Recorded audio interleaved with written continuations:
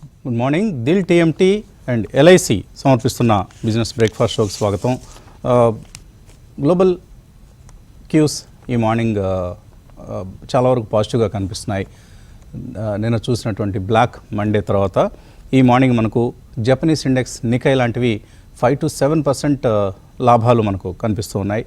Gift Nifty కూడా సూచిస్తోంది సుమారుగా ఒక 400 పాయింట్ల గ్యాప్ అప్ ఓపెనింగ్ను నిన్నటి 3.4% లేదా సుమారుగా 350 పాయింట్ల నష్టం తర్వాత నిఫ్టీ నష్టం 750 పాయింట్ల నిఫ్టీ నష్టం తర్వాత. సో లాస్ట్ నైట్ యుఎస్ మార్కెట్స్లో ఒక భారీ ఒడిదుడుకులు చోటు చేసుకున్నాయి. ఒకనొక దశలో మార్కెట్లు ప్లస్లోకి వచ్చేసాయి. Largest ever 15-minute swing trade ఒకటి జరిగింది ఒక ఫేక్ హెడ్లైన్ కారణంగా. ఏమిటా ఫేక్ హెడ్లైన్ అంటే డొనాల్డ్ ట్రంప్ తన టారిఫ్ ప్రతిపాదనను ఒక 90 రోజులు వాయిదా వేసుకుంటున్నారు, 90 రోజుల విరామం ఇస్తారని ఒక వార్త వచ్చింది, ఒక ఫేక్ న్యూస్ అది. తర్వాత వైట్ హౌస్ దాన్ని ఖండించడం జరిగింది. ఈలోగా మార్కెట్లు అంటే ఈ టారిఫ్ నుంచి రిలీఫ్ని మార్కెట్లు ఎంతగా కోరుకుంటున్నాయో ఆ సమయంలో అర్థమైంది. సో ఒక అతిపెద్ద స్వింగ్ అనేది చూసాం. అక్కడ నుంచి మళ్ళీ ధడేల్మని పడిపోయింది. అక్కడ డౌ జోన్స్ కావచ్చు, S&P 500 కావచ్చు, ఆర్ ఈవెన్ నాస్డాక్ కావచ్చు. సో యాపిల్, టెస్లా కష్టాలు మరింతగా ముదిరాయి. డొనాల్డ్ ట్రంప్ చెప్తున్నారు ఇప్పుడు చైనా కనుక ఈ 34% రెసిప్రోకల్ టారిఫ్స్ని విత్డ్రా చేసుకోకపోతే 50% టారిఫ్ వాళ్ళ మీద అదనంగా మళ్ళీ విధిస్తామని. సో ఈ టారిఫ్ వార్ ఏ దిశగా వెళుతోంది, ఎంత చిక్కపడుతోంది, ఎంత ముదురుతోంది అనేది ఇంకా ఎవరికి అర్థం కాకుండా ఈ ప్రకటనలు వెలువడుతున్నాయి. మరోవైపు చైనా కూడా అంతే మొండిగా ఉంది. ఇది చివరికి చైనా యుఎస్ఏ మధ్య టారిఫ్ వార్గా, ట్రేడ్ వార్గా పరిణమిస్తోంది. ఎందుకంటే మిగతా దేశాలు అందరూ ఇప్పుడు చర్చలకు ముందుకు వస్తున్నారు. యూరోపియన్ యూనియన్ చెప్తోంది, అలాగే జపాన్ నెగోషియేషన్ కోసం వరుస కొడుతోంది. ఇజ్రాయెల్ చెప్పేసింది మాకు అసలు ట్రేడ్ డెఫిసిట్ అనేది లేకుండా చేసేస్తామని. వియత్నాం మేము మొత్తం అమెరికన్ వస్తువులన్నింటి మీద 0% ట్యాక్స్ కూడా మేము రెడీ అంటూ వియత్నాం చెప్తోంది. తైవాన్ కూడా అదే బాటలో ప్రయాణిస్తోంది. ఇలా చాలా దేశాలు సరే ట్రంప్ గారి కాలం నెరవేరుతోంది, అందరూ క్యూ కట్టాలి, మాకు ట్రేడ్ డెఫిసిట్ లేకుండా చేయాలనేది ఆయన తాపత్రయం. సరే దానికి చాలా దేశాలు సహకరించే, ఈవెన్ మన దేశం కూడా బైలేటరల్ టాక్స్ కోసం సిద్ధంగా ఉంది. ఆల్రెడీ కొంతమేరకు చర్చలు జరిగాయి కూడా, రౌండ్ 1 జరిగింది కూడా. సో ఇప్పుడు ఆయన ఇరాన్తో న్యూక్లియర్ ప్రెజెన్స్ మీద చర్చలు జరుపుతూ ఉంటున్నారు. సో స్లోగా ఈ ట్రేడ్ వార్, టారిఫ్ వార్ నుంచి హెడ్లైన్స్ ఇతర అంశాల మీదకి ఎప్పుడైతే మళ్ళుతాయో అప్పుడు మార్కెట్స్లో ఒక స్టెబిలిటీ వస్తుంది. అప్పటి వరకు కూడా ఈ ఒడిదుడుకులు, ఈ హైరానా అంతా కొనసాగుతూనే ఉంటుంది. సో యుఎస్ మార్కెట్స్లో కూడా కొంత బాటమ్ అవుట్ అయ్యాయన్న ఒక అభిప్రాయం వెలువడుతోంది. కానీ S&P 500 బేర్ మార్కెట్కి దగ్గరగా వచ్చేసింది. అలా 20% టచ్ చేసి మళ్ళీ కొద్దిగా వెనక్కి వచ్చింది. నాస్డాక్ ఆల్రెడీ బేర్ మార్కెట్లో ఉంది. సో డౌ జోన్స్ కూడా దగ్గరగా బేర్ మార్కెట్ పరిస్థితికి వస్తుంది. సో ఇటువంటి ఒక పరిస్థితి యూఎస్లో కనిపిస్తోంది. దీని ప్రభావం ఇతర ఏషియన్ మార్కెట్స్ మీదకి మనకు రావటం అనేది చూస్తున్నాం. So new trade blocks, new alliances ఇవన్నీ కుదురుతాయి రాబోయే కొన్ని సంవత్సరాల్లో. ఇది ఎప్పటికెప్పుడు జరిగే అంశం కాదు. సో ఒక కొత్త వరల్డ్ ఆర్డర్ మన ముందుకు రాబోతోంది నెక్స్ట్ ఫ్యూ ఇయర్స్లో. సింగపూర్ ప్రైమ్ మినిస్టర్ వీడియో ఒకటి బాగా వైరల్ అవుతోంది. ఆయన స్పష్టంగా చెప్పారు, మనం కొన్ని దశాబ్దాల పాటు జరిగినటువంటి ప్రపంచ దేశాల కృషి అంతా కూడా ఈ గత కొద్ది రోజుల్లో అంతా ఆవిరైపోయింది. పరిస్థితి డొనాల్డ్ ట్రంప్ చర్యల కారణంగా చాలా అయోమయంగా, తికమగ్గా అయిపోతోంది. ఒక ఫ్రీ ట్రేడ్, ఒక మార్కెట్ ఎకానమీకి, క్యాపిటలిజంకి మారుపేరుగా ఉన్న అమెరికా ఇటువంటి చర్యలు తీసుకోవడం ద్వారా డీగ్లోబలైజేషన్కి, అలాగే ఒక ఆర్బిట్రరీ రెజిమ్కి, ఒక డేంజరస్ రెజిమ్కి దారితీస్తోంది. ప్రపంచ ఆర్డర్ మారబోతుందంటూ ఆయన చాలా స్పష్టంగా 5 minutes వీడియోనే వీలైతే చూడండి. ఆ వీడియోలో ఆయన చిన్న కంట్రీకి దేశాధినేత సింగపూర్ ప్రైమ్ మినిస్టర్ చాలా చక్కగా స్పష్టంగా చెప్పారు ఏమిటి ఈ చర్యలన్నిటి పరిణామాలు ఏ విధంగా ఉండబోతున్నాయి. రాబోయే రోజుల్లో కొంత లీడర్షిప్కి ఒక విజన్ ఉండాలండి. గత రాత్రి మా ఛానల్లో కూడా ఒక పొలిటీషియన్ వచ్చారు.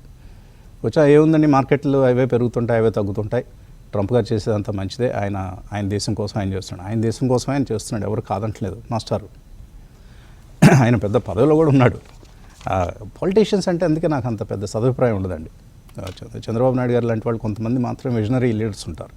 మిగతా వాళ్ళందరూ ఒకటేగా, ఏ పార్టీ అయినా సరే, ఈ పార్టీ ఆ పార్టీ అని లేదు, ఒకటే బాట, ఒకటే బాణి, ఒక పర్స్పెక్టివ్ ఉండదు. ఏం జరుగుతోంది దీన్ని స్టడీ చేద్దామనే ఒక ఆలోచన ఉండదు. ఏదో బుర్రలోంచి నోట్లోంచి ఏదో వస్తే బయటికి అది మాట్లాడుతూ ఉంటారు. ఇది స్టాక్ మార్కెట్ సంబంధించిన విషయం కాదు. ఇది ప్రపంచంలో జరుగుతున్నటువంటి ఆర్థిక వ్యవస్థల పరిణామాలు ఇవి. ఇన్ఫ్లేషన్ పెరిగితే ఎవరు బాధపడతారండి? సామాన్య మానవుడు బాధపడతాడు, సామాన్య మానవుడు ఇబ్బంది పడతాడు. దాన్ని మనం దృష్టిలో పెట్టుకొని మాట్లాడాలి. సో మార్కెట్స్ విషయానికి వస్తే మళ్ళీ ట్రంప్ గారి ఆలోచన కరెక్టే. ఆదాయం పెరగాలి, రెవెన్యూస్ పెరగాలి, డెట్ తగ్గించుకోవాలి. కానీ దానికి ఆయన అనుసరిస్తున్నటువంటి ప్రాసెస్ ఏదైతే ఉందో, ఇంత యుద్ధం చేస్తున్నట్లుగా చేయాల్సిన అవసరం లేదు. ఏ దేశానికి ఆ దేశానికి పిలిచి నెగోషియేషన్స్కి పిలిచి మీ పద్ధతి బాగాలేదు, ట్రేడ్ డెఫిసిట్స్ తగ్గించుకోవాలి, మీ టారిఫ్స్ ఎక్కువగా ఉన్నాయని చెప్తే ప్రతి దేశం ముందుకు వస్తుంది మాట్లాడేందుకు, తగ్గించేందుకు కూడా. కానీ అలా కాకుండా ఒక్కసారిగా యూనిలేటరల్గా, ఇదిగో నేను ఇలా చేస్తున్నాను ఇంతే, మీరంతా విని తీరాల్సిందే, బలమైన దేశం కాబట్టి నేను ఏం చేసినా చెల్లుబాటు అవుతుందనే ఒక నిరంకుశ ధోరణి, నియంతృత్వ ధోరణి అనేది మనకు ట్రంప్ దగ్గర కనిపిస్తుంది. అది ఆ టెంపరితనాన్ని అందరూ కూడా ఖండిస్తున్నారు ప్రపంచవ్యాప్తంగా. ఏదో మన TV5లో నేను కుటుంబరావు గారు కూర్చొని మాట్లాడే విషయం కాదు ఇది. ప్రపంచవ్యాప్తంగా జరుగుతున్న పరిణామాలు ఇవి. సో ఈ పరిణామాల్లో ట్రేడింగ్ చాలా కష్టంగా మారింది. ఇది ట్రేడింగ్ మార్కెట్ కాదండి. కొద్ది రోజులు ట్రేడింగ్ చేసేవాళ్ళు నిలిపివేయడమే మంచిది. ఇంతకుముందు కొన్ని సందర్భాల్లో మనం ట్రేడ్ నిలిపివేయమని చెప్పాం. ఇప్పుడు కూడా అటువంటి పరిస్థితి ఉంది. ఎందుకంటే హ్యూజ్ స్వింగ్. ఇప్పుడు నిన్నటి లో నుంచి ఈ మార్నింగ్ ఓపెనింగ్ 800 పాయింట్స్ రికవర్ అవుతుంది మార్కెట్. సో ఇటువంటి స్వింగ్స్ని ట్రేడ్ చేయడం చాలా కష్టం అవుతుంది. ఇన్వెస్ట్మెంట్ అంటారా? తప్పకుండా ఎక్కడైతే వాల్యూ ఉందో, ఎక్కడైతే తక్కువ PEల దగ్గర, తక్కువ వాల్యుయేషన్స్ దగ్గర, మంచి ప్రైసెస్ దగ్గర స్టాక్స్ దొరుకుతున్నాయి, అక్కడ కొనుక్కోవచ్చు. బట్ ట్రేడింగ్ మాత్రం దయచేసి కొద్ది రోజులు విరామం ఇవ్వండి. తర్వాత మళ్ళీ మార్కెట్లు స్టేబుల్గా ట్రేడ్ అవటం మొదలైన తర్వాత అటు ఇటు చిన్న స్వింగ్స్ని మనం ఎన్కాష్ చేసుకోవచ్చు. అది ట్రేడర్స్ సంబంధించినటువంటి ఒక సందేశం. అనలిస్ట్తో మాట్లాడదాం. కుటుంబరావు గారు ఇంకా రాలేదు. కుటుంబరావు గారు ఓకే. ఎవరున్నారు?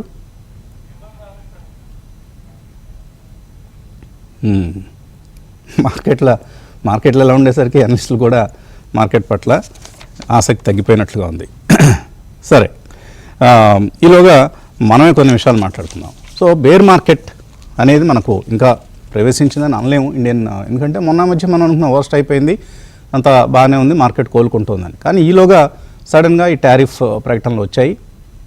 ఆయన చెప్తూనే ఉన్నాడు, ముందు నుంచే వార్నింగ్ ఇచ్చాడు. ఆయన ఏప్రిల్ 2వ తారీఖున నేను అనౌన్స్ చేయబోతున్నాను, మనమే పట్టించుకోలేదు. కానీ ఆయన అనుకున్నదంతా చేశాడు. సో ఆ టారిఫ్ ప్రకటన తర్వాత మళ్ళీ మార్కెట్ పరిస్థితిలో కొంత మార్పు వచ్చింది. ఈ మార్పు కారణం ఏంటి? ఈ మార్పు ఫలితం ఏంటి? దీని పరిణామాలు ఎలా ఉన్నాయంటే, ఇండియాస్ రిచెస్ట్ పీపుల్, మనందరం మన పోర్ట్ఫోలియోస్ తగ్గడం చూస్తున్నాం. అలాగే ఇండియాస్ రిచెస్ట్ పీపుల్ వాళ్ళ పోర్ట్ఫోలియోస్లో కూడా, వాళ్ళ వాల్యూస్లో కూడా బాగా నష్టం వాటిల్లింది. ముఖేష్ అంబానీ $88.4 బిలియన్ నష్టం ఆయనకి నెట్వర్త్లో. ఈ టాప్ 4 బిలియనర్స్ లిస్ట్లో ఉన్నారు ఆయన.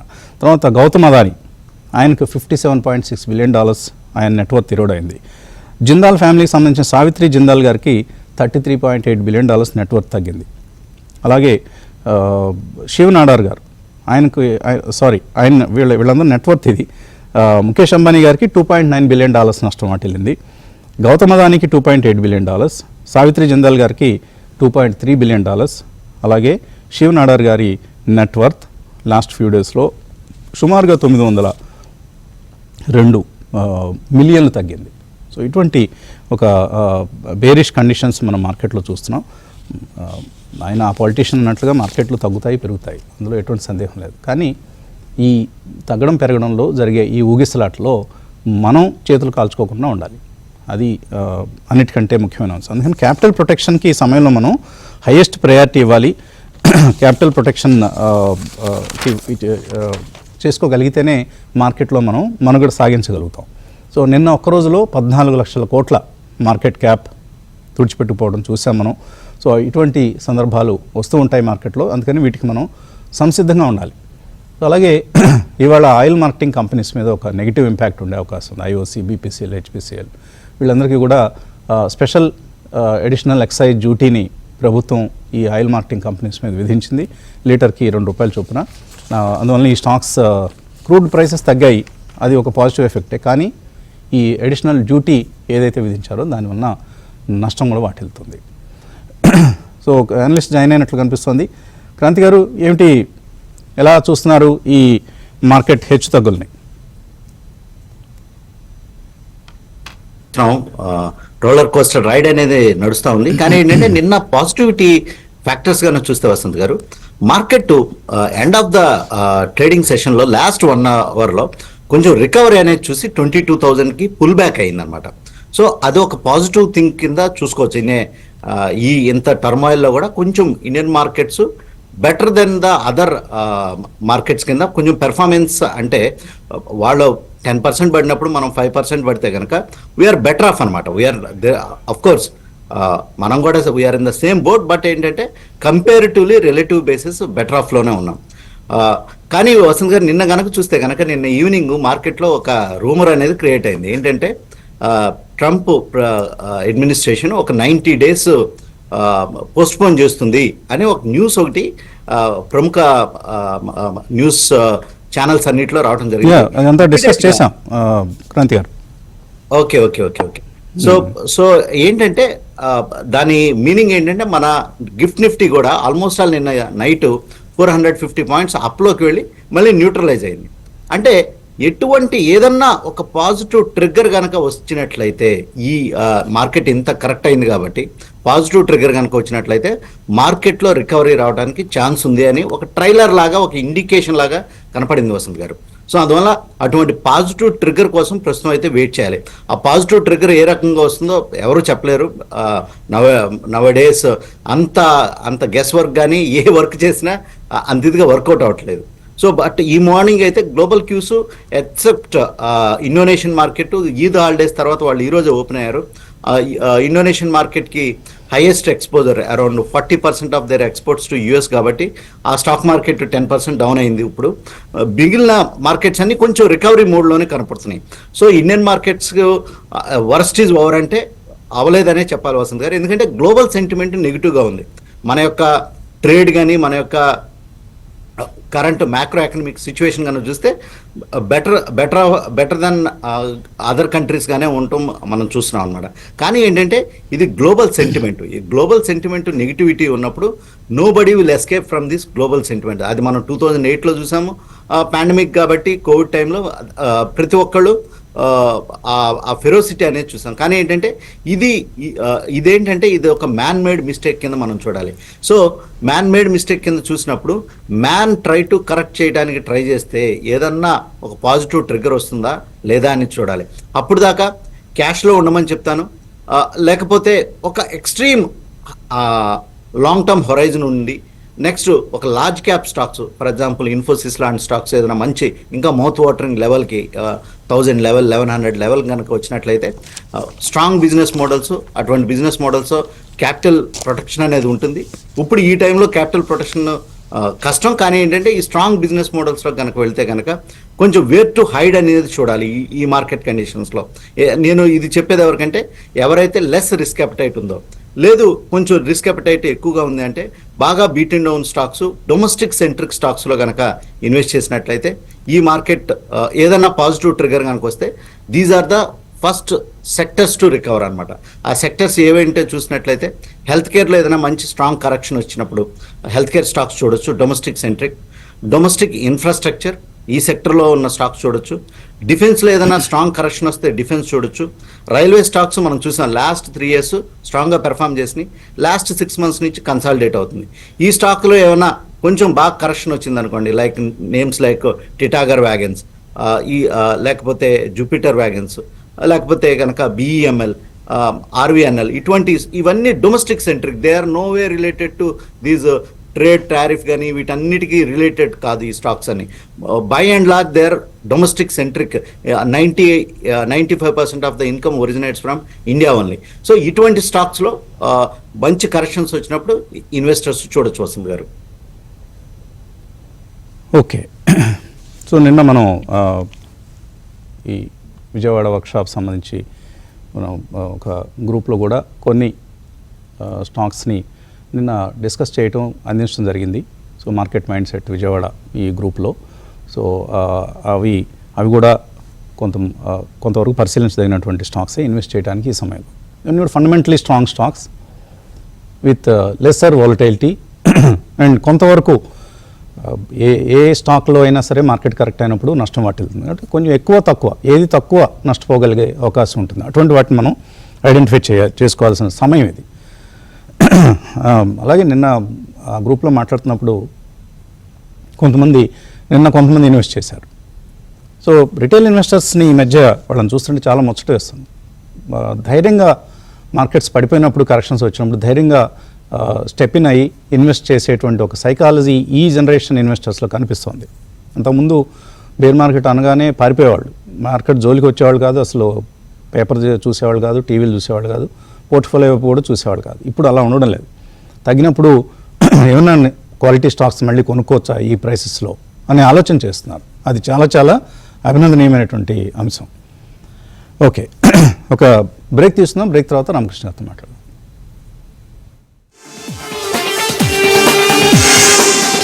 దిల్ టీఎంటీ అండ్ ఎల్ఐసి సమర్పిస్తున్న బిజినెస్ బ్రేక్ఫాస్ట్ షోకి పునఃస్వాగతం.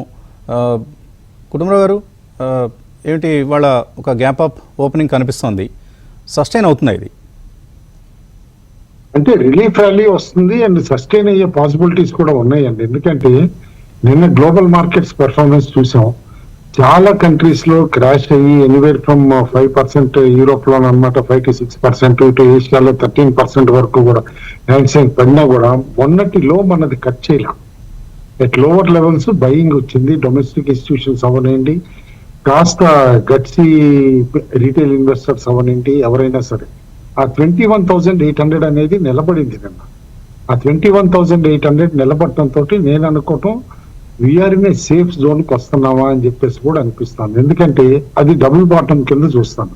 రీసెంట్ హై నుంచి కరెక్షన్ ఏదైతే వచ్చిందో దాన్ని ఇక్కడి నుంచి relief rally might continue for more time then expected అని కూడా అంటున్నా.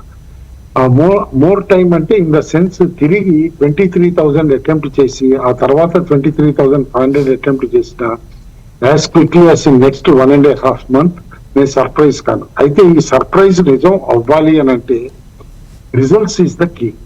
ఈ టైం అప్పుడు కనుక కార్పొరేట్ రిజల్ట్స్ డిసప్పాయింట్ చేయకుండా అట్లీస్ట్ స్టేబుల్ గా వస్తేనమాట నేను అనుకోవటం మార్కెట్స్ టోటల్ గా కుదట పడతాయి అండ్ బెటర్ ఆఫ్ కూడా ఉంటాయి.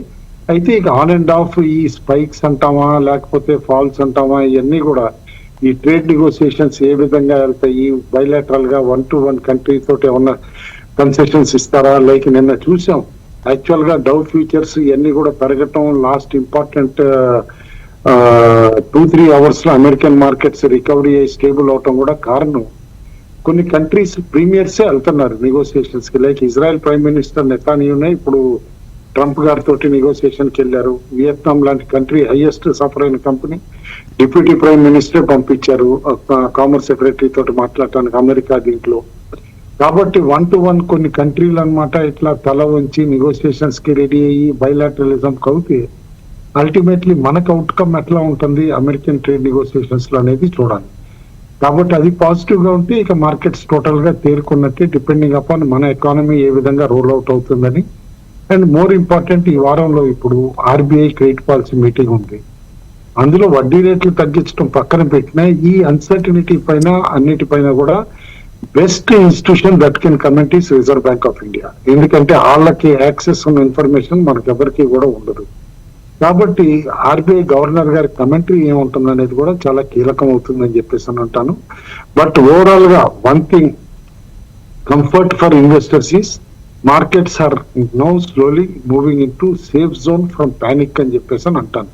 ఇది టెంపరీ సేఫ్ జోనా లేకపోతే టోటల్ రికవరీ ప్రాసెస్ అనేది నెక్స్ట్ 3-4 days కూడా కీలకం అవుతుంది. అమెరికన్ మార్కెట్స్ నిన్న లోయెస్ట్ లెవెల్ దగ్గర నుంచి ఏదైతే కంబ్యాక్ చేసినాయి అనమాట అట్లా అట్లీస్ట్ హయ్యర్ బాటమ్ తోటి కాస్త నిలదొక్కుంటే నేను అనుకోవటం డెఫినెట్లీ మార్కెట్స్ ఇది ఉంటాయి. నిన్న డొమెస్టిక్ ఇన్స్టిట్యూషన్స్ అంత అగ్రెసివ్ గా కొన్నారో కూడా చూసాం. 12,000 కోట్లు పైచీలు కొన్నారు. ఎఫ్ఐఎస్ 9,000 కోట్లు అమ్మారు, తక్కువ అమ్మలేదు. బట్ వాళ్ళు అమ్మారని చెప్పేసి రూపాయి కూడా కాస్త క్షీణించడం చూసినాం. దాదాపు 32 పైసా క్షీణించి 85.76 తిరిగి క్లోజ్ వచ్చింది అనమాట, 86 కి క్లోజ్ గా. అండ్ అనదర్ పాయింట్, రెగ్యులర్ గా మనం చెప్పేది నెట్ షార్ట్స్ ఎఫ్ఐఎస్ ది తిరిగి 1,00,000 కోట్లు దాటిందన్న. 1,07,000 క్రోర్స్ కి వెళ్ళిపోయింది అనమాట. చూడాలి. అయితే కొన్ని పాజిటివ్స్ కూడా మనకున్నాయి.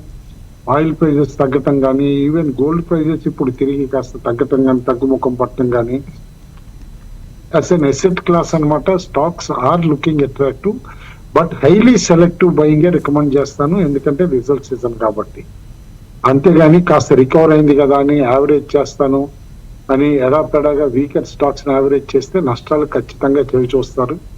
కాబట్టి hold on to good stocks, hold on to good stocks, results చూసి యాడ్ చేయాలన్నా యావరేజ్ చేయాలన్నా చేయండి అని చెప్పేసి సజెస్ట్ చేస్తాను. ఓకే రామకృష్ణ గారు, ట్రేడింగ్ అడ్వైస్. గుడ్ మార్నింగ్ అండి. నిన్న మార్కెట్స్ భారీ పతనాన్ని నమోదు చేసినప్పటికీ లో నుంచి చాలా ఫాస్ట్గా రికవర్ అయినాయండి. ఆల్మోస్ట్ మనకి 21,743 లో ఫామ్ అయింది ఏప్రిల్కి. ప్రస్తుతానికి చూస్తే అక్కడి నుంచి దాదాపుగా మనకి 400 పాయింట్ల రికవరీ అనేది కనిపించింది. రిలేటివ్గా బిగ్ మార్కెట్స్ అంటే అన్ని చైనా, అమెరికా, యూరోపియన్ మార్కెట్స్ కంటే మనం రిలేటివ్గా తక్కువ పడ్డాము. అదొకటే మనకి అంటే పాజిటివ్ అంశంగా చెప్పుకోవచ్చు. మెయిన్గా దీనికి డొమెస్టిక్ ఇన్స్టిట్యూషన్స్ బై చేయడం కావచ్చు, సపోర్ట్ ఇవ్వడం అయి ఉండొచ్చు. అట్లాగే స్ట్రాంగ్ హెచ్ఎన్ఐస్ వీళ్ళందరూ కూడా కొంత బయింగ్ చేసి ఉండొచ్చు. తర్వాత టెక్నికల్ లెవెల్స్ చూసినట్లయితే 23,600 ఇమీడియట్ గా మనకి రెసిస్టెన్స్ ఉందండి. తర్వాత ఇప్పుడు ఇమీడియట్ గా 22,600 కూడా ఫాలింగ్ ట్రెండ్ లైన్ ఏదైతే ఉందో, రీసెంట్ గా మనం ఫాలింగ్ ట్రెండ్ లైన్ పైకి వెళ్ళి ట్రేడ్ అవుతున్నాము. ఆ ఫాలింగ్ ట్రెండ్ లైన్ బ్రేక్ చేసుకొని కిందకు వచ్చాము. అది 22,600 దగ్గర మనకి రెసిస్టెన్స్ గా కనిపిస్తుంది నెక్స్ట్ కపుల్ ఆఫ్ డేస్ కి. మేబీ ఈరోజు ఓపెనింగ్ లో కొంత హైగా ఓపెన్ అయ్యి కొంత వాలటిలిటీ ఉన్నప్పటికీ ఆ పాయింట్ క్రాస్ అయ్యి కన్సాలిడేషన్ అయి క్లోజ్ అయితే మార్కెట్స్ అక్కడ నుంచి పైకి వెళ్ళే ఛాన్సెస్ ఉన్నాయి. తర్వాత సపోర్ట్స్ కనుక తీసుకున్నట్లయితే మనము ఇమీడియట్ గా 21,750 అంటే నిన్నటి లో ఏదైతే ఉందో అది సపోర్ట్ గా పనికొస్తుంది. మార్కెట్ బ్రెత్ నిన్నైతే చాలా వీక్ గా ఉంది, అంటే చివరిలో కోలుకున్నప్పటికీ ఓవరాల్ గా మైనస్ ఉన్నాం కాబట్టి మార్కెట్ బ్రెత్ వీక్ గానే ఉందని అర్థం చేసుకోవాలి. మళ్ళీ మనం అన్ని మూవింగ్ యావరేజెస్ ని కట్ చేసుకొని కిందకి రావటం, ఫాలింగ్ ట్రెండ్ లైన్ కింద రావటం, ఇవన్నీ కూడా Bollinger band line lower line దగ్గర తీసుకెళ్ళడం జరిగింది మార్కెట్ ని. నిఫ్టీ పర్టికులర్ గా నిఫ్టీని, బ్యాంక్ నిఫ్టీ అయితే కొంత బాగుందండి రిలేటివ్ గా. బౌలింజర్ బ్యాండ్ మిడ్ లైన్ దాకే మిడ్ లైన్ కి క్లోజ్ గా ఉంది. మేజర్ మూవింగ్ యావరేజెస్ 220s కూడా కట్టే కింద ఉన్నప్పటికీ 50 మూవింగ్ యావరేజ్ కి పైన బ్యాంక్ నిఫ్టీ ట్రేడ్ అవుతుంది. ఇంకా ఓపెన్ ఇంట్రెస్ట్ పరంగా చూసినప్పుడు కాల్ సైడ్ వచ్చేటప్పటికి 22,700 అనేది హైయెస్ట్ రైటింగ్ ఉంది, 22,100 అనేది ఫుట్ సైడ్ హైయెస్ట్ రైటింగ్ ఉంది. అంటే సో మనకి రేంజ్ ఈ రోజు రేపటికి వచ్చేటప్పటికి ఒక 600 పాయింట్ రేంజ్ కనిపిస్తుంది. మోస్ట్లీ ఈ రేంజ్ లో ఆసిలేట్ అవ్వచ్చు మార్కెట్స్. సో క్లియర్ గా మనం ఈ రోజు లెవెల్స్ ఇవ్వడం జరిగింది. 22,442 అనేది మోస్ట్లీ ఈ రోజు గ్యాప్ అప్ అయిపోయి దానిపైనే అరౌండ్ మేబీ ఆ ప్రైస్ పాయింట్ పైనే ఉండొచ్చు. సో చూద్దాం రియల్ గా ఓపెన్ అయిన తర్వాత ఎట్లాంటి ట్రేడ్ తీసుకోవాలనేది ప్లాన్ చేయొచ్చు. ఓకే, ఇవాళ బిజినెస్ స్టాండర్డ్లో శంకర్ శర్మ ఒక ఆర్టికల్ రాశారు. శంకర్ శర్మ అందరికీ తెలిసిన ఈజ్ ఎ ఫౌండర్ ఆఫ్ జీక్వాంట్ ఇన్వెస్టెక్. ఇప్పుడు ఇది ఏఐ ఫామ్ అన్నమాట. ఆయన ఇన్వెస్ట్మెంట్ వరల్డ్లో చాలా సుపరిచితమైన పేరు. ఇంట్రెస్టింగ్గా ఉంది. America India stock market boom అనేది ఏ విధంగా ఇక్కడ జరిగింది, 1980s నుంచి అమెరికన్ స్టాక్ మార్కెట్ బూమ్, 91 నుంచి ఇండియన్ స్టాక్ మార్కెట్ బూమ్ ఏ విధంగా పరిణామ క్రమం జరిగిందో ఇంట్రెస్టింగ్గా రాస్తున్నారు. చదువుతున్నాను, ఇంకా పూర్తిగా చదవలేదు. బాగుంది, it's an interesting article. Okay, ఇంకా కాలర్స్ వెయిట్ చేస్తున్నారు. ఒక కాలర్ని తీసుకుందాం. హలో హలో, గుడ్ మార్నింగ్ అండి. మార్నింగ్ సార్, నా దగ్గర ఈఐఎల్, ఇరిడా, మాషిప్, ఎస్జిఎల్టీ, ట్రాన్స్రైల్ ఉన్నాయి సార్. ఈ లెవెల్ ఇవి యావరేజ్ చేయమంటారా లేక కంటిన్యూ చేయమంటారా సార్? ఎస్జేవిఎన్, ఇరిడా, మాస్టిప్ ఇటువంటివన్నీ కూడా ఈ సమయంలో యావరేజ్లో ఏమైనా చేయొచ్చా? కుటుంబంలో కొనుక్కోవచ్చా ఈ స్టాక్స్ నీ ప్రైస్ దగ్గర హైయర్ ప్రైసెస్లో కొన్నవాళ్ళు ఇప్పుడు కొనుక్కొని యావరేజింగ్ చేసుకోవచ్చా? ఆయన కపుల్ ఆఫ్ స్టాక్స్ ఏవైతే చెప్పారో లైక్ ఇరెడా కానీ మాస్టిప్ కానీ ఇలాంటివి అయితే యావరేజ్ చేయొచ్చు అని చెప్పేసి అని అంటాను. బట్ కంప్లీట్ పోర్ట్ఫోలియో అట్లా చేయకూడదు. మన ఓపెనింగ్ రిమార్క్స్ లో కూడా మనం చెప్పాం, ఎందుకంటే రిజల్ట్ సీజన్ కాబట్టి టెక్నికల్లీ మార్కెట్ రీబౌండ్ ప్రిపేర్ అవుతున్నా కూడా రిజల్ట్ బాగోకపోతే ఆ స్టాక్స్ పనిష్ అవుతాయి. కాబట్టి డెఫినెట్లీ అట్లా యావరేజింగ్ టెక్నిక్ అయితే చేయొద్దు అంటాను. ఇప్పుడు అంతగా అంటే రిజల్ట్ చూసి ఒక 10 రూపాయలు హయ్యర్ రేట్ లోనైనా కొనటం అయితే అడ్వైజబుల్ అని అంటాను. ఇమీడియట్ గా SJVN looks good for averaging. Okay, result season మన ముందున్నప్పుడు ఒక 15-20 రోజులు లేకపోతే ఒక నెల రోజులు వెయిట్ చేయడంలో తప్పేం లేదు. రిజల్ట్స్ తర్వాతే నిర్ణయం తీసుకోండి యావరేజ్ చేయాలో వద్దా అనేది. మరో కాలర్ లైన్లో ఉన్నారు. Sir good morning sir. Morning అండి, అడగండి. Ravi Shekhar from Bengaluru sir. అడగండి రవిశేఖర్. సార్ నా దగ్గర గట్టి ఉన్నాయి సార్, 50% లాస్ లో ఉన్నాను. ఏదండి? గట్టి, ఆల్ కార్గో గట్టి. All cargo, okay. గట్టి సార్, ఆల్ కార్గో, ఓకే, అడగండి. ఆ తర్వాత టాటా మోటార్స్ 400 లో ఉన్నాయి సార్. సో ఇంకా యాడ్ చేసుకోవచ్చా? 400లో టాటా మోటార్స్ ఉన్నాయి. ఆ తర్వాత ఐఆర్సిటిసి ఇప్పుడు ఎంట్రీ. ఇక్కడ ఆడియో పెంచండి అయ్యా బాబు, వినపడుతుందా? వినిపిస్తుంది సార్. యా, మిమ్మల్ని కాదు రవిశేఖర్ గారు, ఇక్కడ మా దగ్గర చెప్తాను. Yeah, so all cargo, Tata Motors, ఇంకో స్టాక్ ఏదన్నారు? ఐఆర్సిటిసి సార్, ఇక్కడ ఎంట్రీ తీసుకోవచ్చా? ఐఆర్సిటీసీలో ఎంట్రీ తీసుకోవచ్చు. ఓకే, రామకృష్ణ గారు, ఐఆర్సిటీసీ ఇప్పుడు ఎంట్రీ పాయింట్ అనుకూలంగా ఉందా? టెక్నికల్గా ఎలా ఉంది? టెక్నికల్గా వీక్గా ఉందండి స్టాకు. ఇప్పుడు ఇమీడియట్గా కొనాల్సిన అవసరం లేదు. రిజల్ట్స్ వచ్చిన తర్వాత చూడొచ్చు. లేదు ఈ లోపల ఏమన్నా స్టాక్ కనుక పెరిగితే అరౌండ్ 775 ఆ ప్రాంతాలు దాటితేనే స్టాక్లో ఆలోచించాలి. ప్రస్తుతానికైతే జస్ట్ వాచ్ చేయమని చెప్తాను. కన్సిస్టెంట్గా డివిడెండ్స్ ఇస్తున్నారు, అన్నీ బాగానే ఉన్నాయి, కానీ స్టాక్ మాత్రం టెక్నికల్గా వీక్గా ఉంది. టెక్నికల్గా వీక్నెస్ ఉంది. ఆల్ కార్గో గట్టి కూడా నాట్ అడ్వైజబుల్ అంటారండి. 52 వీక్ లోస్ దగ్గర ఉంది, పర్ఫార్మెన్స్ స్టాగ్నేట్ అయిపోయింది. మేబీ క్వార్టర్లీ రిజల్ట్ చూసిన తర్వాతే డెసిషన్ తీసుకోవాలి. టాటా మోటార్స్ కూడా యాజ్ ఆఫ్ నో కొనదగిన పరిస్థితుల్లో లేదు, ఎందుకంటే వాళ్ళు జేఎల్ఆర్ షిప్మెంట్స్ ఆపేస్తూ ఉన్నారు. మరి దాని ఇంపాక్ట్ రెవెన్యూస్ మీద ఏ విధంగా ఉంటుంది, మార్జిన్స్ ఏ విధంగా ఉంటాయి, ఇవన్నీ చూడకుండా హడావుడిగా ప్రైస్ ఒక్కటే చూసి మనం కొందామనే ఆలోచనకి రావటం కరెక్ట్ కాదు. మరో కాలర్ లైన్లో ఉన్నారు. హలో హలో, నమస్తే అండి, అడగండి. సార్ నమస్కారం అండి, నా పేరు శైలజ, హైదరాబాద్ నుంచి మాట్లాడుతున్నాను. శైలజ గారు, అడగండి. సార్ ఒక 2 lakh ఇప్పుడు పడిన ఫాల్ లో ఇన్వెస్ట్ చేద్దాం అనుకుంటున్నాం, లాంగ్ టర్మ్ ఒక 2-3 years కోసం. ఎలాంటి స్టాక్స్ లో పెట్టమంటారు?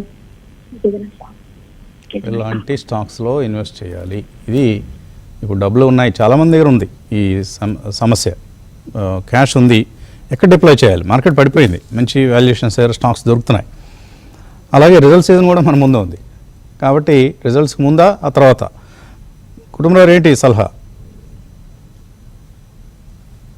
మోస్ట్ కన్జర్వేటివ్ ఇన్వెస్ట్ అయితే కనుక రిజల్ట్ తర్వాతే కొనమంటానండి. ఎందుకంటే ఒక 5 రూపాయలు 10 రూపాయలు ఎక్కువైనా సరే ఆ టైం అప్పుడు క్లారిటీ ఉంటుంది స్టాక్ కొనే ముందు. దాని విజిబిలిటీ ఎట్లా ఉంది నెక్స్ట్ ఫ్యూ క్వార్టర్స్ అనేది కూడా మనకు తెలుస్తుంది, కాబట్టి దాన్ని బట్టి బై చేయొచ్చు. అంతేగాని హడావుడి పడద్దు అంటాను. ఏది ఇప్పుడు సేఫ్ గా నేను కొందాము అని అనుకుంటున్నాను అని అంటే కనుక డిఫెన్సివ్స్ లో బై చేయమంటారు. Like Hindustan Unilever, HDFC bank, ఇలాంటి స్టాక్స్ బై చేయండి. లార్జ్ క్యాప్స్ ఈ 2 స్టాక్స్ అయితే నాకు ఇమీడియట్ గా రీకాల్ లో వచ్చినాయి కాబట్టి చెప్తున్నా కూడా అవి బై చేయమంటాను, కానీ హడావుడి పడద్దు అంటాను. ఓవరాల్ గా మిడ్ క్యాప్ కానీ స్మాల్ క్యాప్ కానీ వీటన్నిటిలో కూడా హిందుస్థాన్ ఏరోనాటిక్స్ లాంటి స్టాక్స్ ఇలాంటివి కూడా మీరు కన్సిడర్ చేయొచ్చు. కానీ ప్రైస్ పాయింట్స్ ఒకటే ప్రైస్ పాయింట్లో కాకుండా కొద్దిగా ఇన్వెస్ట్ చేయడం ఇవన్నీ అవసరం. కొంతవరకు టెక్నికల్స్ని ఫాలో అయితే కూడా ఉపయుక్తంగా ఉంటుంది స్టాక్ సెలెక్షన్ తర్వాత. ఓకే, మరో కాలర్ లైన్లో ఉన్నారు. హలో, నమస్తే అండి, అడగండి. సుభాష్ సార్, నేను మీ టీవీ5 ఛానల్ ని దాదాపుగా ఒక 7 to 8 years నుంచి ఫాలో అవుతున్నాను. థ్యాంక్స్ అండి వసంత్ గారు. అండ్ వన్ మోర్ థింగ్, నాకు ఒక చిన్న క్వైరీ ఉంది. నేను నా దగ్గర ఐటీ బీస్, నిఫ్టీ బీస్ దాదాపుగా ఒక 8 to 9 years నుంచి హోల్డ్ చేస్తున్నాను. నిన్న కూడా యావరేజ్ చేశాను. అవి లాంగ్ టర్మ్ లో యావరేజ్ చేసుకుంటూ వెళ్తే మా పిల్లలకు ఉపయోగపడతాయి. నా ఏజ్ 37 అండి. ఐటీడీ సిమెంటేషనా మీరు అన్నది? ఐటీబీస్ నిఫ్టీ బీస్ అండి. ఓ ఐటీబీస్ నిఫ్టీ బీస్ ఏమిటంటారు ఇవి? లాంగ్ టర్మ్ లో హోల్డ్ చేయడానికి ఏం ఇబ్బంది లేదంటారా అని అడుగుతున్నానండి. నా ఏజ్ ఇప్పుడు 37 అండి. ఎస్ఐపీస్ చేయండి నిఫ్టీ బీస్లోను ఐటీబీస్లో కూడా ఎస్ఐపి కంటిన్యూ చేస్తూ ఉండండి. బాగా తగినప్పుడు ఈవెన్ లంసమ్స్ కూడా కొంత ఇన్వెస్ట్ చేయడం అనేది వీటిలో మంచి ఫలితాన్ని ఇస్తుంది. చాలా మంచి ఆలోచన చేస్తున్నారు మీరు. ఈ రోజువారీ స్టాక్ ప్రైసెస్ హైరానా అంతా లేకుండా ఇండిసెస్లో ఇన్వెస్ట్ చేస్తున్నారు. మంచి ఆలోచన ఇది. మీ ఏజ్ కూడా చాలా తక్కువ 35. ఇంకా కనీసం 20-25 ఇయర్స్ టైం మీకు ఉంది. రిటైర్మెంట్ కావచ్చు లేదా ఇతరత్ర లంసమ్స్ మీరు పోగు చేసుకునేందుకు తప్పకుండా మంచి ఆలోచన చేస్తున్నారు. కంటిన్యూ ఇటండి.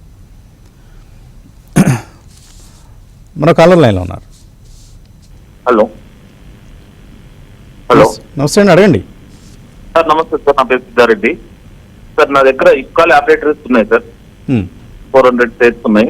1525 లో ఉన్నాయి సార్. అవి ఇప్పుడు యావరేజ్ చేసుకోవచ్చా లేకపోతే తీసేది సార్? నెక్స్ట్ ఇంకొకటి ఏంటంటే Uttar small finance bank sir, ఇది 50% లాస్ లో ఉన్నా, ఏం చేయమని? ఓకే, ముందుగా క్రాంతి గారు ఇప్కాల్ ల్యాబ్స్ ఇప్పుడు మళ్ళీ కొనుక్కోవచ్చా ఇక్కడ? ఈ టైంలో వసంత్ గారు స్టాక్ ఒక షార్ప్ కరెక్షన్ అనేది వస్తుంది వసంత్ గారు. లాస్ట్ క్వార్టర్ రిజల్ట్స్ చూస్తే బాగానే వచ్చినాయి ప్రీవియస్ క్వార్టర్ రిజల్ట్స్తో కంపేర్ చేస్తే కనుక. ఈ రిజల్ట్స్ తర్వాత ఏమన్నా యావరేజ్ చేయడానికి ట్రై చేయమని చెప్తాను. ఇప్పుడైతే స్టాక్ అయితే బాగా కరెక్టివ్ ఫేజ్లో ఉంది వసంత్ గారు, ఈ టైంలో టచ్ చేయొద్దని చెప్తాను. టెక్నికల్గా చాలా వీక్గా కనిపిస్తుంది ఇప్కా ల్యాబొరేటరీస్. కుటుంబంలో ఉత్కర్ష్ స్మాల్ ఫైనాన్స్ బ్యాంక్ పరిస్థితి ఏంటి? వీక్ గా ఉందండి as of now along with all other small finance banks అన్నమాట. But bank is not doing అంత మరీ బ్యాడ్ గా అయితే కనుక లేదనమాట. కాబట్టి హోల్డ్ అంటాను, ఎందుకంటే కాస్త పెయిన్ నడుస్తుంది ఇది చిన్న బ్యాంక్స్ అంతా కూడా. అది లెట్ ఇట్ బి పిఎస్యు కానీ ఏదైనా సరే కూడా all smaller banks are facing కాస్త మైల్డ్ క్రైసిస్ అనమాట యాజ్ ఆఫ్ నౌ. హోల్డ్ చేయమంటా ఉత్కర్ష్ కూడా మనం కేర్ఫుల్ గా అబ్జర్వ్ చేస్తే 60 దాకా వెళ్ళింది స్టాక్, అక్కడి నుంచి ఇప్పుడు 52 వీక్ లోకి వచ్చింది. అది లాస్ట్ టైం ప్రొవిజన్స్ బాగా ఎక్కువగా చేశారు. ఆ ప్రొవిజన్స్ చేయటంతో అనమాట లిటరలీ దాదాపు లాస్ 160 crores చూపించిన దగ్గర నుంచి స్టాక్ కంటిన్యూస్ గా పడింది. అయితే ఇప్పుడు బిజినెస్ అప్డేట్స్ కూడా నిన్న వచ్చినాయి. బిజినెస్ అప్డేట్స్ ఏమి నెగిటివ్ గా లేవు, business updates have been positive అనమాట. ఇన్ఫాక్ట్ గ్రాస్ లోన్ పోర్ట్ఫోలియో పెరగటం కంటే కూడా నేను అబ్జర్వ్ చేసింది డిపాజిట్ వీక్ అని అనమాట. డిపాజిట్స్ తగ్గినాయి అంటే లేదు, డిపాజిట్స్ పెరిగినాయి. కాసా డిపాజిట్స్ 18% పెరిగినాయి. కాబట్టి మేబీ ఒక స్మాల్ రికవరీ 30-35 అట్లా వచ్చినప్పుడు ఆయన ఎగ్జిట్ అవటం బెటర్. ఓకే, మరిన్ని కాల్స్ మెయిల్స్ తీసుకునే ముందు కాసేపు ప్రకటనలు. 285 పాయింట్ల లాభంతో క్లోజ్ అయింది నిఫ్టీ ప్రీ ఓపెన్ ట్రేడ్లో. సో సెన్సెక్స్ బ్యాంక్ నిఫ్టీలు కూడా పాజిటివ్గానే క్లోజ్ కావడం చూస్తున్నాం. సో ఒక పాజిటివ్ ఓపెనింగ్ కోసం మార్కెట్స్ సిద్ధంగా ఉన్నాయి నిన్నటి బ్లాక్ మండే తర్వాత. దయానంద్ బాబు ఒక మెయిల్ పంపించారు. ఎస్డబ్ల్యూపి సిస్టమాటిక్ విత్డ్రాయల్ ప్లాన్ కోసం అడుగుతున్నారు ఆయన. 75 లక్షలు అందులో ఇన్వెస్ట్ చేస్తారట. పోర్ట్ఫోలియో సుమారుగా 1.9 crores ఉంది, ప్రాఫిట్లో ఉన్నారు, మంచిది. అంటే మీది బహుశా బాగా లాంగ్ టర్మ్ పోర్ట్ఫోలియో అయి ఉండొచ్చు, అందుకనే ఇటువంటి మార్కెట్లో కూడా your still in profit.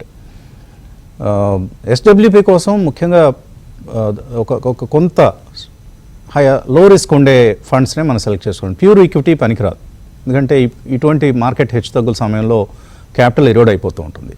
So కొంత బ్యాలెన్స్డ్ ఫండ్స్ లేదా balanced advantage funds, hybrid funds, ఇటువంటి వాటిని మీరు సెలెక్ట్ చేసుకుంటే సత్ఫలితాలు ఉంటాయి. ICICI Prudential equity and debt fund ఇది చక్కగా పెర్ఫామ్ చేస్తుంది. లాస్ట్ 3 yearsలో on an average it has given 16% return అండి. సో ఇది మీరు సెలెక్ట్ చేసుకోవచ్చు ఎస్డబ్ల్యూపీ కోసం. అలాగే హెచ్డిఎఫ్సి బ్యాలెన్స్డ్ అడ్వాంటేజ్ ఫండ్ కూడా one of the successful schemes, long టర్మ్లో చక్కటి ఫలితాన్ని ఇచ్చినటువంటి స్కీమ్ ఇది. అలాగే హెచ్డిఎఫ్సిలో చిల్డ్రన్స్ ఫండ్, పేరుకి చిల్డ్రన్స్ ఫండ్ అనే కానీ ఇది కూడా చక్కటి రిటర్న్స్ని ఇస్తున్నటువంటి స్కీమ్. ఇటువంటి వాటిలో మీరు ఈ హైబ్రిడ్ ఫండ్స్ని సెలెక్ట్ చేసుకోండి. 2 లేదా 3 స్కీమ్స్లో మీ 75 లక్షలను ఇన్వెస్ట్ చేసి కనీసం ఒక ఏడాది కదిలించకండి. ఆ ఏడాది వీలైతే ఇంకా 2 ఏళ్ళు, ఆ 2 ఏళ్ళ తర్వాతనే విత్డ్రాల్స్ మొదలు పెట్టండి. సో దట్ మీ ప్రిన్సిపల్ ఇంటాక్ట్ ఉంటుంది. మంత్లీ మీ అవసరాలకు అనుగుణంగా మరీ ఎక్కువ విత్డ్రా చేయొద్దండి. సంవత్సరానికి ఒక కొండ గుర్తు ఏంటంటే మీ రిక్వైర్మెంట్ ఎక్కువ ఉంటే ఎక్కువ తీసుకోవచ్చు, బట్ 6% అంతకంటే ఎక్కువ విత్డ్రా చేయొద్దు. ఇది కూడా ఒక ప్రిన్సిపల్ ఎస్డబ్ల్యూపీస్లో. అందుకని వీలైనంత ఎక్కువ కార్పస్ మనం ఇన్వెస్ట్ చేసే ప్రయత్నం చేయాలి. ఒక కాలర్ లైన్లో ఉన్నారు. హలో హలో నమస్తే అండి, అడగండి. నా పేరు వనిత. నేను వైజాగ్ నుంచి కాల్ చేస్తున్నాను. అడగండి అనిత గారు. కుటుంబరావు గారిని అడుగుదాం అనుకుంటున్నాను. స్వాన్ ఎనర్జీ 650లో తీసుకున్నామండి. ఏదండి? స్వాన్ ఎనర్జీ కొన్నారు. ఓకే. సిమాక్ 3060లో తీసుకున్నాం. ఇంకో స్టాక్ ఏదన్నారు? సిమాక్ లిమిటెడ్ నాకైతే 1360లో తీసుకున్నాము. ఇవి రెండు రిజల్ట్స్ బాగుంటే యావరేజ్ చేస్తా. సార్ ఒపీనియన్ ఏంటో తీసుకుందాము. ఓకే. కుటుంబ గారు వినిపించిందా రెండో స్టాక్ పేరు? వినపడలేదండి అది. అనిత గారు రెండో స్టాక్ పేరు క్లియర్ గా చెప్పండి. సిమాక్ లిమిటెడ్ 1360. 1360 అనేది అర్థమవుతుంది, ఆ పేరే సిమాక్ అండి. మెక్. Okay, right. సారీ, మా చెవులదే తప్పు, మీరు బాగానే ప్రొనౌన్స్ చేశారు దాన్ని. సిమెక్ అండ్ స్వాన్ ఎనర్జీ. కుటుంబరావు గారు. సిమెక్ one of the good stocks అండి, అందులో డౌట్ లేదన్నమాట. అండ్ ఇప్పుడు అట్రాక్టివ్ పిఈ కూడా వచ్చింది. But definitely last quarter performance week గా ఉండటంతో అన్నమాట స్టాక్ కంటిన్యూస్ గా తగ్గటం జరిగింది. అయితే ఇప్పుడు ఈ టారిఫ్ గొడవల్లో ఓవరాల్ గా గ్లోబల్ ట్రేడ్ మందగమనిస్తే గనక నేను అనుకోవటం సిమెక్ లాంటిది కూడా ఎఫెక్ట్ అవుతుంది. ఎందుకంటే వీళ్ళది ఎక్కువగా చార్టర్ వెహికల్స్, ఇటు బోత్ డ్రిల్లింగ్ అనే కాకుండా ఎనర్జీ సర్వీసెస్ దీనికి అనమాట, ఇటు జనరల్ కపుల్ ఆఫ్ వేరే వెజల్స్ కూడా ఉన్నాయి. కాబట్టి as of now I would avoid అని చెప్పేసి అంటాను. Though it is a good company. Swan energy more like ఇది వరకు స్వాన్ మిల్స్ అని ఏదైతే ఉందో అది కన్వర్టెడ్ అనమాట. స్వాన్ ఎనర్జీ అని చెప్పేసి ఫండమెంటల్స్ తక్కువ అండి. ఓన్లీ థింగ్ ఏంటంటే దానికి ఇంట్రిన్సిక్ వాల్యూ ఉందని చెప్పేసి ఆ మాత్రం పిఈ ఇంకా ఉంది అని చెప్పేసి కూడా అర్థం చేసుకోవాలి. Both the stocks are not great stocks for retail investor to immediately average అనమాట. రిజల్ట్ చూసి ఎనీ డ్రామాటిక్ చేంజెస్ ఉంటాయి. ఎందుకంటే స్వాన్ మీరు చూసారంటే ఇప్పుడు కూడా 2000 పిఈ కనిపిస్తుంది. ఎందుకు ఇస్తున్నారు అంత పిఈ అని అనుకోవచ్చు. Only because intrinsic asset value ఉందని. పెర్ఫార్మెన్స్ ఉందంటే పెర్ఫార్మెన్స్ లేదు, పెర్ఫార్మెన్స్ వచ్చిన తర్వాతే కొనొచ్చు, హడావుడేమి లేదంటాను. ఓకే, మరో కాలర్ లైన్లో ఉన్నారు. హలో, కాల్ డ్రాప్ అయింది. ఓకే, మెయిల్ చూద్దాం. అశోక్ కుమార్ మెయిల్ పంపించారు. ఓలా ఎలక్ట్రిక్ అనుకుంటాను, 100 రూపాయల్లో 100 షేర్లు ఉన్నాయి. క్రాంతి గారు ఏంటి పరిస్థితి? ఓలా ఎలక్ట్రిక్ హోల్డ్ చేయొచ్చా, సెల్ చేయొచ్చా? ప్రస్తుతానికి అయితే హోల్డ్ చేయాలి వసంత్ గారు. Last time stock 2 times IPO price తర్వాత మళ్ళీ 100 రూపీస్ అటెంప్ట్ చేసి మళ్ళీ కిందకు వచ్చింది. అంతా బ్యాడ్ న్యూసే వస్తుంది స్టాక్స్. లాస్ట్ 3 months కన్నా చూస్తే sales numbers registration numbers miss match. Next again government CCI కొంచెం యాక్షన్ తీసుకుంది స్టాక్స్ మీద, కంపెనీ మీద.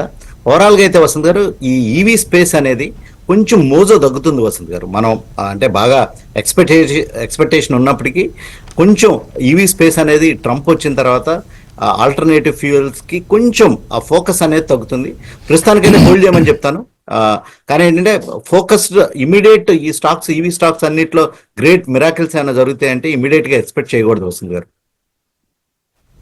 ఓకే, వెంకట రామకృష్ణ అడుగుతున్నారు. KPI green, Oriana power, Amar Raja batteries and PG Electroplast కూడా, ఇవి యావరేజ్ ఏమైనా చేయొచ్చా? ఇక్కడ అన్ని స్టాక్స్కి ఒకటే మంత్రం పనికిరాదండి. ఆ కంపెనీ స్టాక్ ప్రైస్ ఎంత పడింది, టెక్నికల్స్ అన్ని చూసి చెప్పాల్సి ఉంటుంది. సో 1-2 చెప్దాం. రామకృష్ణ గారు, అమర్ రాజా బ్యాటరీస్ యావరేజ్ చేయొచ్చా ఇక్కడ? ఓకే అండి, అమర్ రాజా బ్యాటరీస్ ప్రస్తుతం ఇంకా వీక్ గానే ఉందండి. స్టాక్ ఇంకా పికప్ అవ్వాలి. ఫాలింగ్ ట్రెండ్ లైన్ బిలోనే ఉంది. ఈ స్టాక్ కనుక అరౌండ్ 1100 ఆ ప్రైస్ క్రాస్ అయినప్పుడు మాత్రమే లాంగ్ అటెంప్ట్ ట్రై చేయమని చెప్తాను, లేదా యావరేజ్ ట్రై చేయమని చెప్తాను. ప్రస్తుతానికైతే వెయిట్ చేయమని చెప్తాను. మార్కెట్స్ ఓపెన్ అయ్యాయి. ఈ సమయంలో నిఫ్టీ 380 పాయింట్ల లాభంతో నిఫ్టీ కనిపిస్తోంది. అలాగే 1150 పాయింట్ల లాభంతో సెన్సెక్స్, బ్యాంక్ నిఫ్టీ 700. సో ఒక గ్యాప్ ఓపెనింగ్ కనిపిస్తుంది. మిడ్ క్యాప్ ఇండెక్స్ కూడా 2.5% లాభంతో ఇవాళ స్ట్రాంగ్ గెయిన్స్ మనకు మిడ్ క్యాప్ ఇండెక్స్. నిన్న కూడా క్లోజింగ్ సమయానికి మిడ్ క్యాప్ ఇండెక్స్లో ఒక మంచి రికవరీ చూసాం. సో మిడ్ క్యాప్ ఇండెక్స్లోనూ ఒక రికవరీ అనేది కనిపిస్తుంది. అడ్వాన్స్ డిక్లైన్స్ చూద్దాం. 1900 స్టాక్స్ అడ్వాన్సెస్లో ఉంటే 250 స్టాక్స్ నష్టాలతో ఉన్నాయి. ఎన్ఎస్సిలో కూడా ఇదే పరిస్థితి 1955 126. ఐటీ ప్యాక్లో లాభాలు కనిపిస్తున్నాయి. ఇన్ఫోసిస్, టీసీఎస్ ఇటువంటి కౌంటర్స్ అన్నింటిలోనూ కొనుగోలు కనిపిస్తున్నాయి. ఎలాంటి ట్రెండ్ నిఫ్టీ స్టాక్స్లో మనకు మెజారిటీ లాభాల్లో కనిపిస్తున్నాయి. అండ్ ఆల్ సెక్టరల్ ఇండిసెస్ లాభాలతో ఉన్నాయి ఈ సమయంలో. PSU banks, IT, CPSC, auto, అలాగే క్యాపిటల్ గూడ్స్ ఇండెక్స్ వీటన్నిటిలో కూడా మనకు లాభాలు కనిపిస్తున్నాయి. ఒక మంచి ఓపెనింగ్, ఒక గ్యాప్ అప్ ఓపెనింగ్ కనిపిస్తుంది. మిడ్ క్యాప్స్లో ఎటువంటి స్టాక్స్లో యాక్షన్ ఉందో చూద్దాం. గాడ్రేజ్ ప్రాపర్టీస్ పాజిటివ్గా ఓపెన్ అయింది 5.3%. Newgen software, Mazagon dock, Sobha, Cyient, MCX India, Tata steel, Olectra green tech, Coforge, Titan, Hind copper, Garden Reach, Techno electric, Vedanta ఇటువంటి కౌంటర్స్ అన్నీ కూడా లాభాలతో ప్రారంభమయ్యాయి. గాడ్రేజ్ ప్రాపర్టీస్ చాలా స్ట్రాంగ్గా మనకు కనిపిస్తుంది ఈ సమయంలో. అజంతా ఫార్మా మనకు నిఫ్టీ 500లో అజంతా ఫార్మా ఒకటే మనకు నష్టాల్లో కనిపిస్తోంది. ఇప్పుడే అంటున్నట్లుగా నిన్నటి బ్రెడ్త్కు పూర్తిగా విరుద్ధంగా నిన్న ఒక 100-150 స్టాక్స్ లాభాలతో, మిగతా 2000 పైగా స్టాక్స్ నష్టాలతో ఉన్నాయి. ఈరోజు దానికి విరుద్ధంగా 2000 స్టాక్స్ లాభాలతో, ఒక 150 స్టాక్స్ నష్టాలతో కనిపిస్తున్న ఓపెనింగ్ ఇది. మంచి ఓపెనింగ్.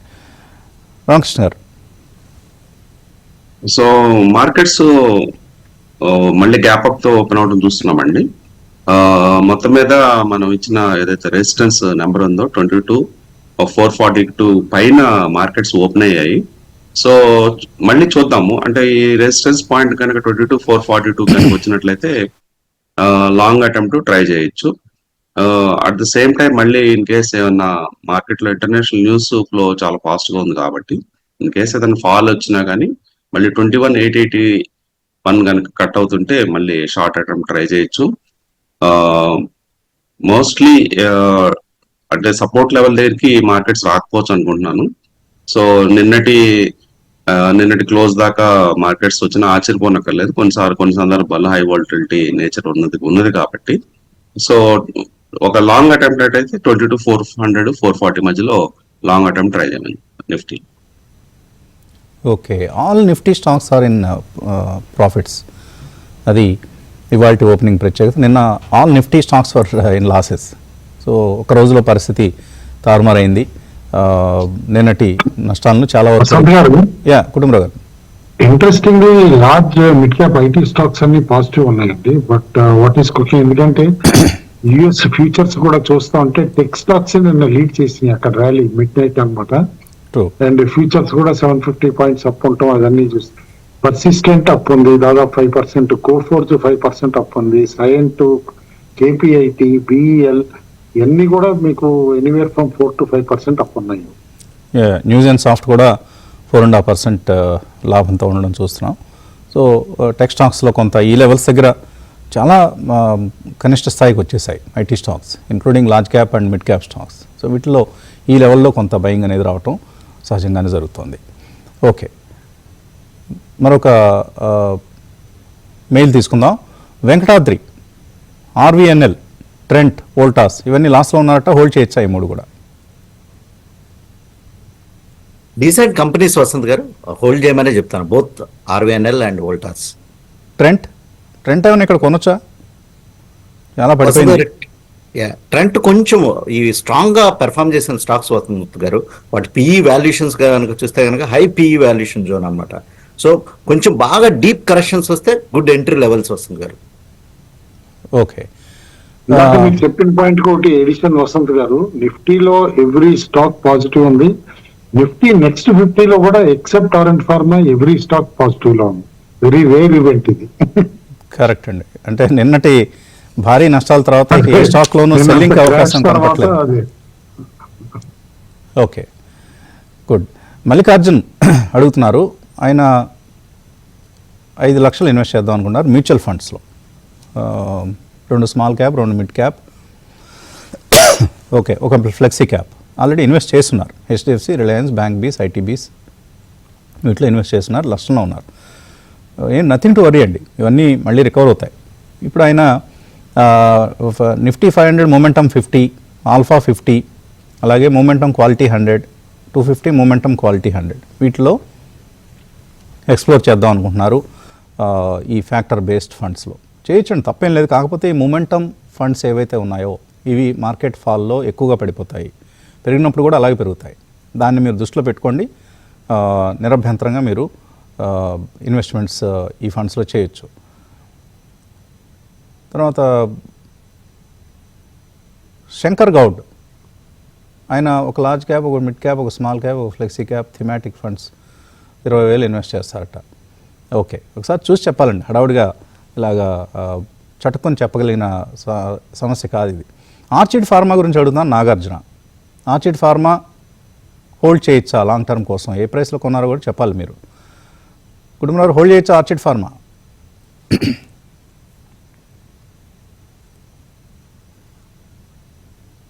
కుటుంబంలో ఫ్రీజ్ అయిపోయారా? ఓకే, జూమ్ ఫ్రీజ్ అయిపోయినట్లుగా ఉంది. క్రాంతి గారు, ఆర్చిడ్ ఫార్మా పరిస్థితి ఏంటి?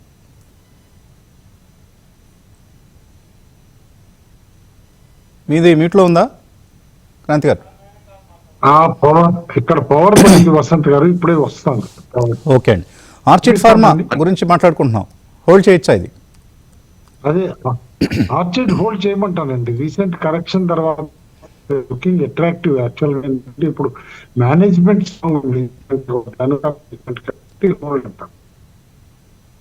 ఓకే. నరేష్ కుమార్ అడుగుతున్నారు, కోప్రాన్ ఉన్నాయట 260 రూపాయల్లో, సుయోగ్ టెలిమాటిక్స్ 1465లో, ఈ రెండు ఇంకా యాడ్ చేసుకోవచ్చా? కోప్రాన్ అన్యూజువల్ గా పెరిగిందండి. అదే కోప్రాన్ అయితే నేను ట్రాక్ చేస్తున్నా కాబట్టి చెప్తా, అన్యూజువల్ పెరగటం చూస్తున్నాం బుల్ మార్కెట్ లో డిస్పైట్ వీక్ ఫండమెంటల్స్ అనమాట. నన్ను అడిగితే మాత్రం యావరేజింగ్ అంటూ అయితే చేయొద్దంట. చూడండి రిజల్ట్ చూసి, ఇన్ఫాక్ట్ రిజల్ట్ బాగుంటే ట్రేడింగ్ స్టాప్ లాస్ పెట్టుకుని హోల్డ్ చేయండి అంతే. ఓకే, సుయోగ్ టెలిమాటిక్స్ చిన్న కంపెనీ అండి, చిన్న కంపెనీ, చిన్న ఈక్విటీ కూడా. సో పెద్దగా ఆ నెంబర్స్లో ర్యాంపప్ రాకపోతే ఈ కంపెనీ యావరేజ్లు కానీ యాడ్ చేయటం కానీ చేయొద్దు, ప్రస్తుతానికి అవాయిడ్ చేయండి. తర్వాత ఓకే, ఎక్కువ మంది మ్యూచువల్ ఫండ్స్ గురించి అడుగుతున్నారు. మేబీ ఒక సాటర్డే రోజు మ్యూచువల్ ఫండ్ సెషన్ మనం కండక్ట్ చేసుకుందాం. సత్యనారాయణ మూర్తి అడుగుతున్నారు, ఆయన హెరిటేజ్ ఫుడ్స్ ఈ లెవెల్లో ఎంటర్ అవుదాం అనుకుంటున్నారు, ఎంటర్ కావచ్చా? మనం రిపీటెడ్ గా చెప్తానే ఉన్నామండి, బిట్వీన్ 360 to 380 డెఫినెట్లీ బై చేయండి. In medium term good returns ఇస్తుంది అని చెప్పేస్తాను అనమాట. డిస్పైట్ ఈ ట్రేడ్ నెగోసియేషన్స్, డైరీ పైన ఇంపాక్ట్ అయ్యన్నా కూడా fundamentally company is debt free company as of now and it's looking attractive. ఆ జోన్ మధ్యలో బై చేయండి. ఓకే, వెంకట్ అడుగుతున్నారు, ఆయన గ్రాసిమ్ అలాగే ఏషియన్ పెయింట్స్ ఈ రెండు ఈ రేట్లో కొందాం అనుకుంటున్నారు, కొనుక్కోవచ్చా? పెయింట్ ఇండస్ట్రీ కొత్త కాంపిటీషన్ తర్వాత నన్ను అడిగితే మాత్రం we will wait for 1 or 2 quarter results అండి, ఆ తర్వాతే ఎంటర్ అవటం బెటర్. అట్రాక్టివ్ గా కనిపించవచ్చు, వాల్యుయేషన్స్ బాగా తగ్గినాయి అని. But industry PE, average PE కూడా ఓకే, కాల్ కొంత డిస్టర్బెన్స్ కనిపిస్తోంది. గ్రాసిమ్ మీరు ఈ టైంలో అటెంప్ట్ చేయొచ్చండి. It is one of the Aditya Birla group సంబంధించినటువంటి ఆల్మోస్ట్ ఫ్లాగ్షిప్ కంపెనీ. కాకపోతే టెక్నికల్ లెవెల్స్ ఒకసారి చూస్తే 2500 ఇప్పుడున్న ప్రైసే ఒక మంచి సపోర్ట్. ఇది ఈ సపోర్ట్ నిలబడినంతకాలం ఏమి ఇబ్బంది లేదు. ఒకవేళ ఇక్కడ నుంచి కిందకి రావడం అంటే జరిగితే మాత్రం ఒక 5 to 10% కరెక్షన్ వచ్చే అవకాశం ఉంది, దీన్ని దృష్టిలో పెట్టుకోండి. Okay, so thank you all the analysts. ఇది ఇవాల్టి breakfast show. Thanks for watching.